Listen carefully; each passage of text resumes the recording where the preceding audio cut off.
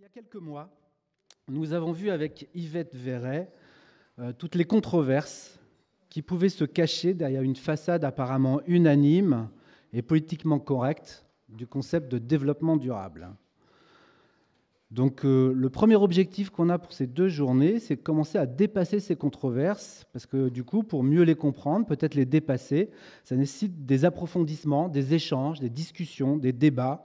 Et se donner le temps de ce débat, de ces échanges, c'est quelque chose qu'on peut se permettre ici à l'ENS Rennes et que peu d'institutions peuvent se permettre. Et donc c'est le premier point que je voulais souligner, c'est que c'est un moment qui est rare, dans lequel votre attention peut être soutenue pendant un temps long. 2 jours, c'est pas rien pour les extraire de vos emplois du temps qui sont très lourds, pour réfléchir sur qu'est-ce que ça veut dire pour vous, en groupe, de manière multidisciplinaire, le concept de développement durable. Et donc c'est la première raison pour laquelle j'ai l'honneur et le plaisir d'ouvrir ces journées normaliennes du développement durable. Je voulais aussi vous dire que ce sont les 7e fois qu'on organise ces journées à l'École normale supérieure de Rennes et que c'est une initiative qui est lourde pour notre institution, pour notre école.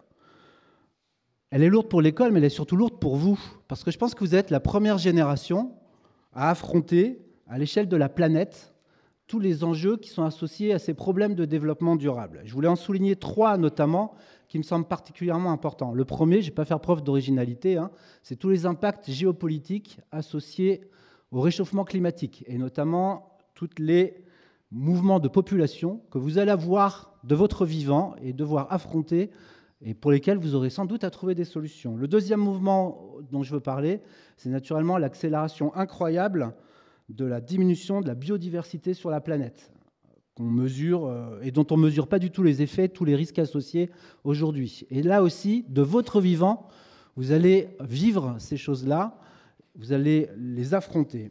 Enfin, associé à ces 2 mouvements, on ne peut pas non plus nier que votre génération, les 50 années que vous allez vivre, peut-être encore davantage qui vont arriver, vous allez devoir affronter des problèmes de société immenses associés à ces 2 effets, à la fois la biodiversité, les changements associés à des mouvements de population incroyables, et que, de mon point de vue, le risque le plus important, c'est de passer d'une société ouverte, celle que vous connaissez aujourd'hui, celle de ma génération, qui a été construite après la Deuxième Guerre mondiale, à une société qui sera beaucoup plus fermée. Et je pense que c'est lourd de risques et d'enjeux en termes de valeurs, en termes de manière de réfléchir, en termes de vie, tout simplement. Et je voulais citer... parce qu'il y a beaucoup d'ennemis qui combattent aujourd'hui cette société ouverte dans la société, notamment la pensée scientifique qui en est directement issue. Je vous conseille à ce propos de lire un livre de Karl Popper qui s'appelle « La société ouverte et ses ennemis », qui est toujours extrêmement à propos et qui est un livre très important pour la réflexion. Donc ces journées, ça permet aussi d'affronter ces enjeux pour vous, parce que vous êtes concernés par ça. C'est surtout des enjeux donc, de votre génération et puis c'est des enjeux pour l'intelligence, pour la réflexion, pour comment est-ce qu'on pense à résoudre des problèmes lorsqu'on a à affronter des enjeux tels que ceux que je viens de décrire. Et ces enjeux, ça va imposer des changements aussi sur la manière de réfléchir, sur la manière de résoudre les problèmes. Ça va être une nouvelle forme d'intelligence, sans doute qui va être caractérisée par beaucoup plus d'interdisciplinarité. Il n'y a aucune discipline qui peut prétendre commencer à donner des idées ou à trouver des pistes pour résoudre les problèmes que je viens d'évoquer. Et essayer de penser de manière plus systémique, de manière interdisciplinaire, c'est quelque chose qui n'est pas simple du tout, pour lequel il y a des évolutions aussi, des enjeux scientifiques très très forts en matière d'épistémologie ou pour chaque discipline en propre.